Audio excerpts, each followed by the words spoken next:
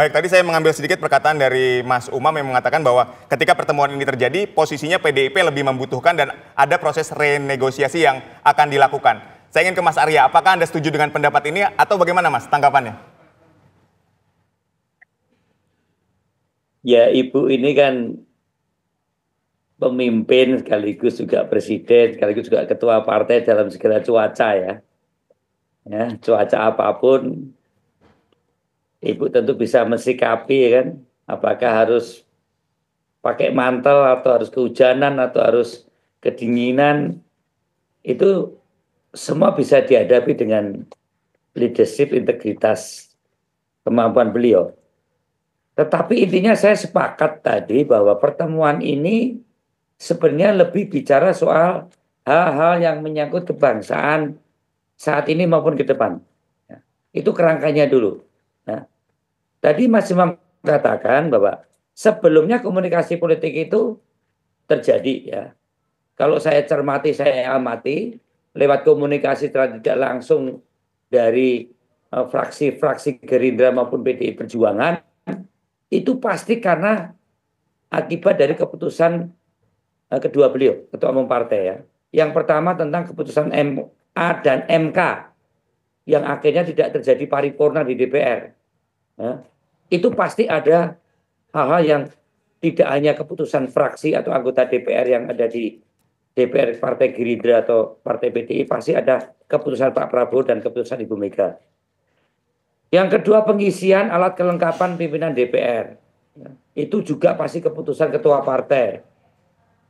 Yang ketiga, ada instruksi langsung yang ditandatangani oleh Ibu Mega dan Sekjen waktu itu bahwa seluruh anggota DPR RI harus menghadiri pelantikan Pak Prabowo dan Mas Gibran selaku presiden dan wakil presiden.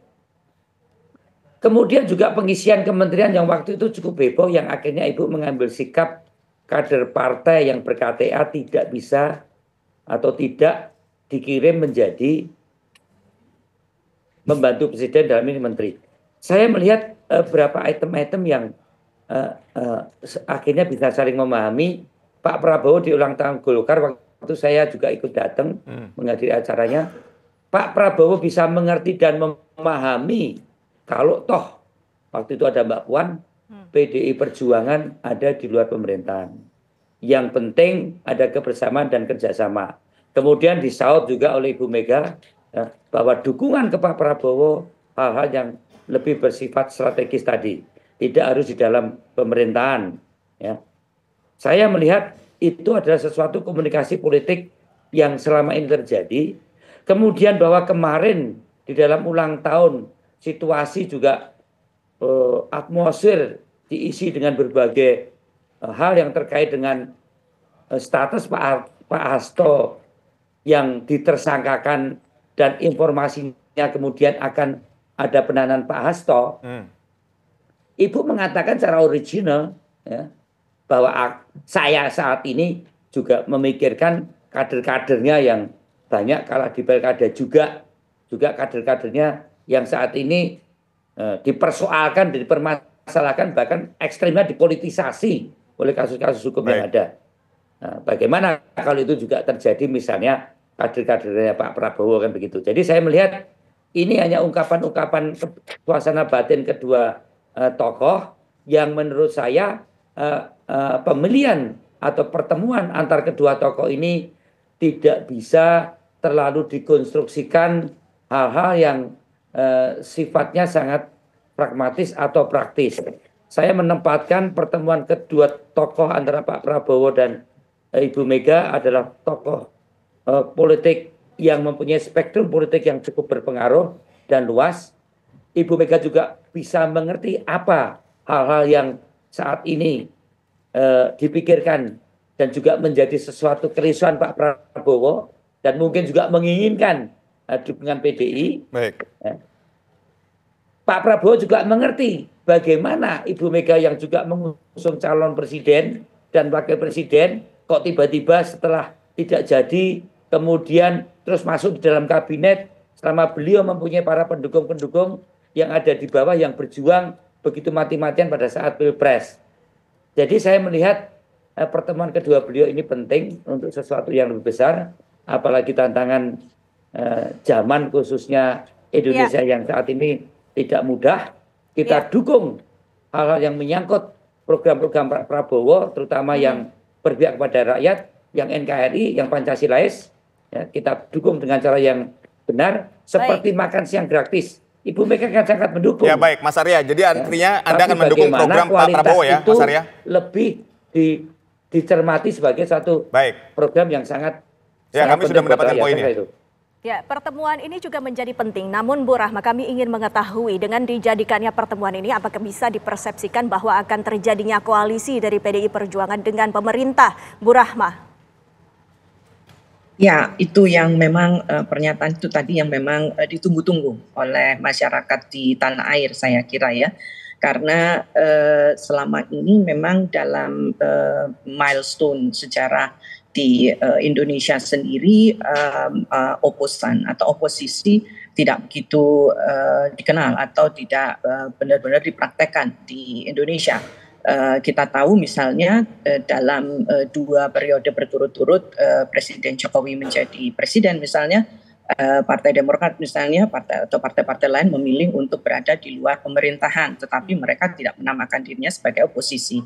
Saya rasa apa yang dilakukan oleh PDIP saat ini misalnya itu juga kembali kepada pola budaya komunikasi politik yang ada di Indonesia. Jadi merangkul semuanya gitu ya, siapapun yang jadi presiden mereka akan merangkul semuanya. Tentu saja yang berada di luar pemerintahan memilih berada di luar pemerintahan karena mungkin pertama mereka merasa bahwa mereka tidak ikut berdarah-darah untuk mendapatkan posisi itu. Yang kedua, saya rasa juga hal ini juga menjadi pemikiran strategis bagi partai politik juga untuk betul-betul menjadi oposan. Artinya mereka masih punya juga kepentingan yang ada di dalam pemerintahan itu sendiri. Sehingga tidak mungkin langsung memberikan garis merah gitu ya. Itu pendapat saya. Baik, saya sudah mendapatkan poinnya. Saya ingin ke Mas Umam. Mas Umam, tadi Anda katakan bahwa pertemuan keduanya ini agak sulit. Nah, supaya lebih mudah, apa yang harus dilakukan oleh Pak Prabowo maupun Ibu Megawati untuk mewujudkan konstelasi baru? Kalau sulit dalam konteks strategis, saya pikir sekarang sudah cukup mencair. Dan ini adalah momentum yang sangat tepat. Karena bagaimanapun juga PDIP sudah mencair, dalam tanda kutip sudah melunak. Dan kemudian pemerintah dalam konteks Pak Prabowo sejak awal sudah open untuk pertemuan itu.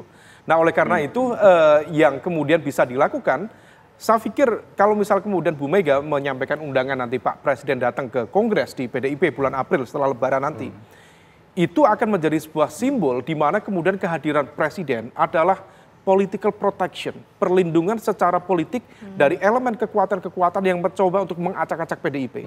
Karena kalau misal kemudian ada kekhawatiran untuk kemudian mengambil alih kontrol, bukan hanya kepemimpinan, kontrol dari PDIP, itu impact-nya akan kemana-mana. Karena PDIP itu dia memiliki 110 anggota DPR RI, 3.000 DPRD, kemudian 260-an kepala daerah. Artinya kalau misal ada kekuatan yang kemudian mencoba mengacak-acak itu, maka itu adalah pertarungan besar, itu adalah permainan besar. Dan pertanyaannya nanti juga akan kita ketahui setelah nanti mungkin ada pertemuan antara Presiden Prabowo Subianto sebagai penutup, dan juga khawatirnya Megawati. satu Mbak, khawatirnya ketika kemudian ini berlangsung, maka kemudian akan tercipta sebuah pola relasi yang kemudian membuat oposisi atau apapun istilahnya menjadi tidak berimbang. Maka kemudian yang dijanjikan oleh PDIP sebelumnya menjadi oposisi, ini berpotensi bertransformasi menjadi oposisi setengah hati. Artinya check and balances akan dinegosiasikan kembali sesuai dengan kalkulasi kepentingan ke depan. Baik, terima kasih Mas Umam, Prof. Rahma, dan Mas Arya telah bergabung bersama kami di program Kabar Petang. Terima kasih. Sehat dan sukses selalu untuk semua.